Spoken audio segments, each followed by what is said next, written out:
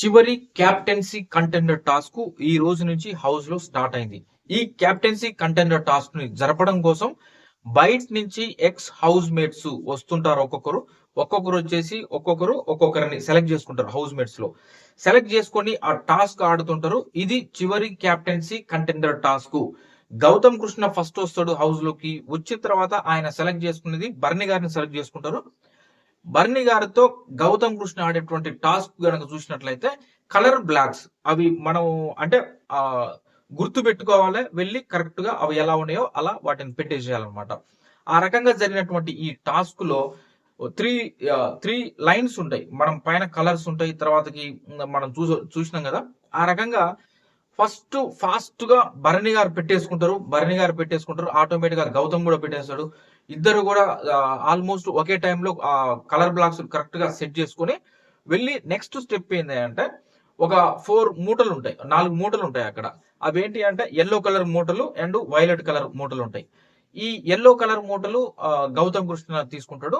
Violet మూటలేమో Bharani గారికి సంబంధించి. ఈ మూటల్ని ముందు ఒక బ్యాలెన్సింగ్ ది వేలాడుతూ ఉంటది. వీళ్ళు ఒక లైన్ ఉంటది, ఆ డిస్టెన్స్ లో నిలబడి ఆ మూటల్ని ఒక్కొక్క మూటని ఆ బ్యాలెన్సింగ్ దాని మీదకి ఆ ప్లాట్ఫామ్ మీదకి విసిరేయాలి. అది విసిరేసినప్పుడు అది చాలా ఏ మాత్రం బ్యాలెన్స్ తప్పినా కింద జారిపోతుంది.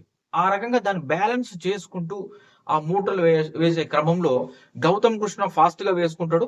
ఆ 4 మూట వేసినప్పుడు అది బ్యాలెన్సింగ్ తప్పేసి గౌతమ్ కృష్ణకి సంబంధించినటువంటి ఆ మూటలు కింద పడిపోతాయి. మనం క్లియర్ గా చూడొచ్చు.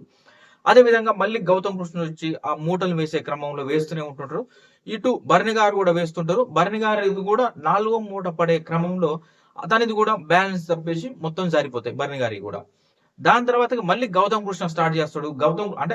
చేస్తూనే ఉంటాడు. గౌతమ్ కృష్ణ కూడా వేసే క్రమంలో మళ్ళీ ఏం జరుగుతుంది, ఆయన మళ్ళీ ఒక 3 మూటలు వేసేసరికల్లా మళ్ళీ అది జారిపోతుంది. 3వ మూట కానీ జారిపోతుంది, అది కింద పడిపోతాయి.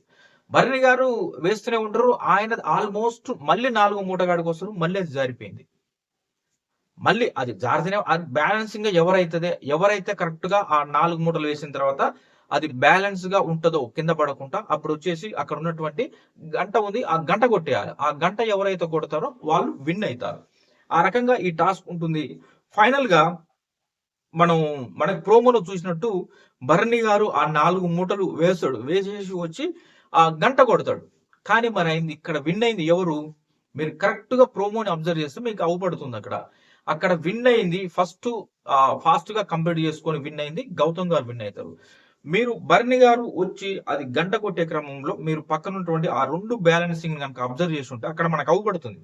అబ్జర్వ్ చేస్తే అప్పటికే భరణి గారు వచ్చి ఆ గంట కొట్టే క్రమానికే ఆ టైంకే గౌతమ్ ఆల్రెడీ కొట్టేసి ఉంటాడు అనమాట. మళ్ళీ కొంచెం ట్విస్ట్ చేసి అలా మనకి ప్రోమో చూపించడం జరిగింది. గౌతమి ఆ 4 మూటలు జారి కింద పడిపోయినాయి, భరణి గారు కరెక్ట్ గా వచ్చారని.